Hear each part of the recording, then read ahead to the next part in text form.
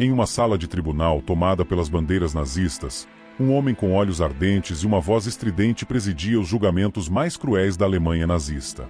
Roland Freisler, o juiz fanático do Tribunal Popular, transformou a justiça em um espetáculo de terror, onde os réus eram ridicularizados, humilhados e condenados à morte em questão de horas. Com sua túnica vermelha e seu tom de voz implacável, Freisler não apenas seguiu ordens, ele fez da corte seu palco, onde a sentença já estava escrita antes mesmo de o julgamento começar.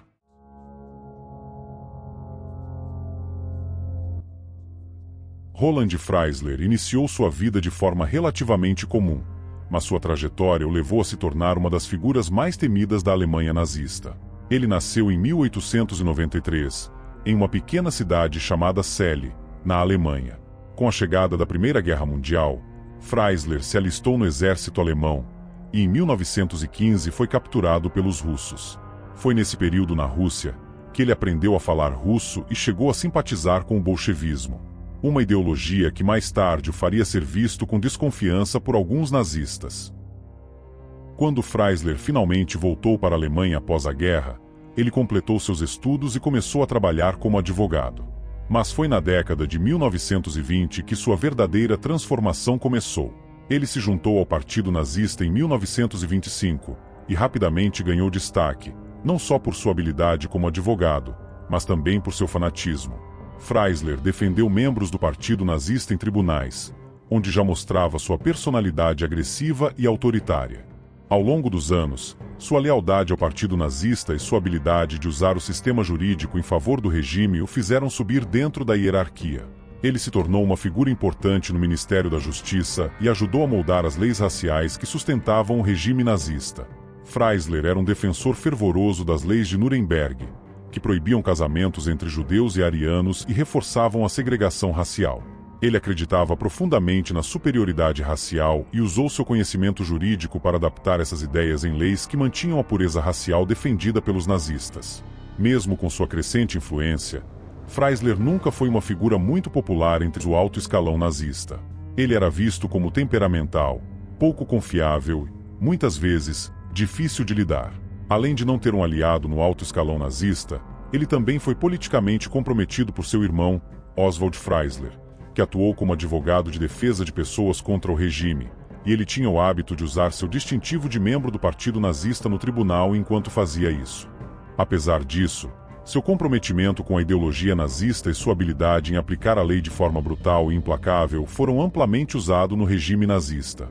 Foi essa combinação de fanatismo, inteligência jurídica e liderança que levou Freisler a se tornar presidente do Tribunal Popular em 1942. Esse tribunal foi criado para julgar os inimigos do Estado, e Freisler se encaixava perfeitamente no papel de juiz-chefe. Ele era agora uma figura poderosa dentro do sistema judicial nazista, pronta para punir qualquer pessoa que o regime considerasse uma ameaça. Quando Roland Freisler assumiu o controle do Tribunal Popular em 1942, o sistema judicial nazista alcançou um novo nível de brutalidade e terror. O Tribunal Popular foi criado por Hitler para lidar com casos políticos, ou seja, para julgar aqueles que eram considerados inimigos do regime nazista. No entanto, com Freisler no comando, o tribunal se transformou em um verdadeiro espetáculo de humilhação, onde os acusados supostamente tinham chance de defesa e as sentenças de morte se tornaram a norma. Vestido com sua túnica vermelha, ele presidia sessões em uma sala adornada com bandeiras nazistas e um enorme busto de Adolf Hitler, deixando claro que aquele não era um tribunal para buscar justiça, mas sim para garantir que o regime mantivesse o controle absoluto. Freisler agia como promotor, juiz e júri ao mesmo tempo, ignorando as regras básicas de um julgamento justo. Sua postura nos julgamentos foi marcada por gritos constantes. Freisler gritava, interrompia e insultava os réus publicamente. Ele acreditava que os julgamentos não eram apenas uma forma de condenar os inimigos do Estado, mas também uma oportunidade de intimidar e humilhar aqueles que ousavam desafiar o regime nazista.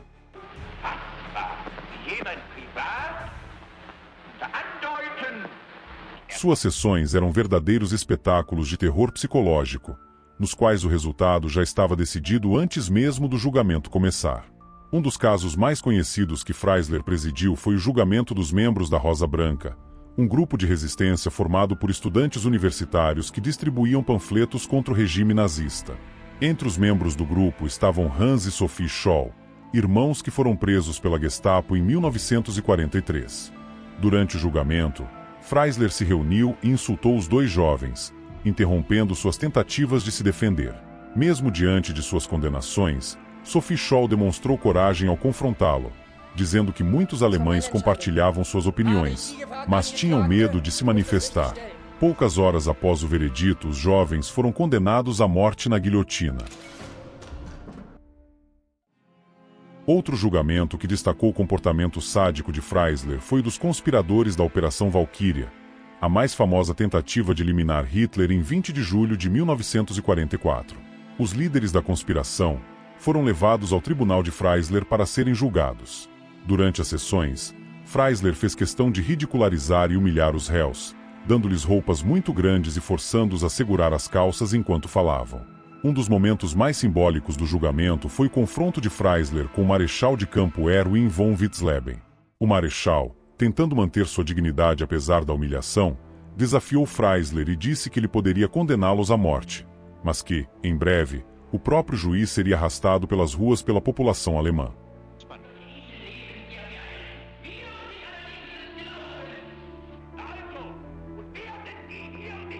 Essa reação demonstrou que, mesmo sob condições extremas, alguns dos acusados ainda enfrentaram a tirania de Freisler. A fúria de Freisler durante esses julgamentos não restringia os gritos. Ele fez questão de acelerar o processo, garantindo que os réus fossem condenados rapidamente.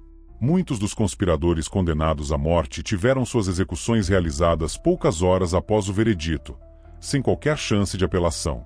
As execuções foram, muitas vezes, realizadas de forma brutal, como Hitler havia ordenado. Os conspiradores deveriam ser executados como traidores comuns e não como oficiais do exército. Freisler transformou o Tribunal Popular numa arma de terror do regime nazista. Ele não estava interessado em buscar a verdade ou garantir que os réus fizessem um julgamento justo. Para ele, os julgamentos foram uma forma de fortalecer o controle do Estado sobre a população, intimidar qualquer potencial opositor e mostrar que ninguém foi salvo da ira do regime. Entre 1942 e 1945, Freisler foi responsável por mais de 5.000 sentenças de morte.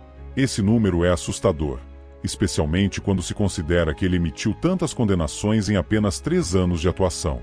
Cerca de 90% dos casos julgados por Freisler eram de prisão perpétua ou pena de morte.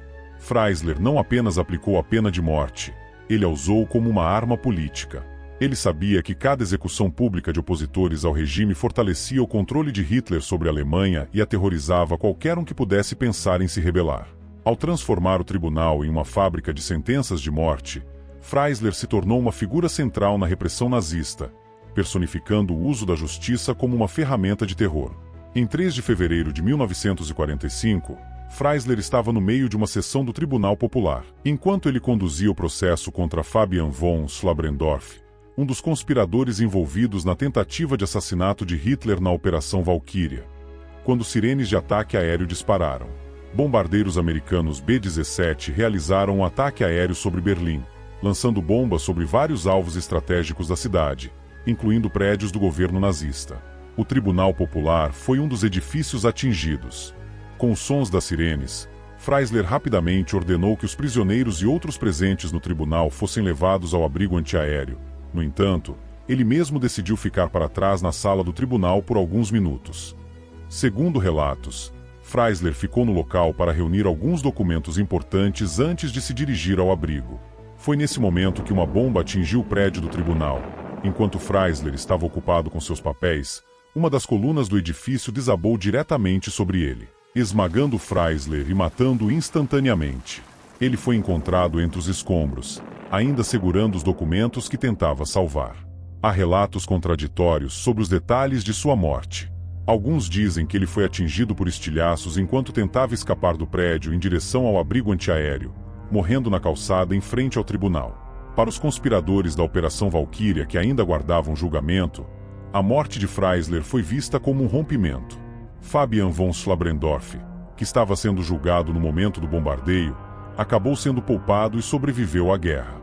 Ele foi absolvido posteriormente e trabalhou como juiz no período pós-guerra. A morte de Freisler também foi significativa pelo fato de que, na época, o regime nazista estava começando a desmoronar. Com o avanço dos aliados e o colapso iminente da Alemanha nazista, a morte de Roland Freisler simbolizou para muitos o fim de uma era de tirania judicial. O próprio Hitler negou que fosse feito um funeral de estado honroso para Freisler. Ele não teve um funeral grandioso, e seu nome sequer foi gravado na lápide da família, onde foi enterrado em Berlim. Isso refletiu o desprezo e a indiferença generalizada que muitos alemães sentiam por ele, mesmo dentro do próprio regime nazista. O nome de Roland Freisler permanece associado à injustiça e à brutalidade, lembrando-nos do que pode acontecer quando a justiça é usada como arma de um governo totalitário.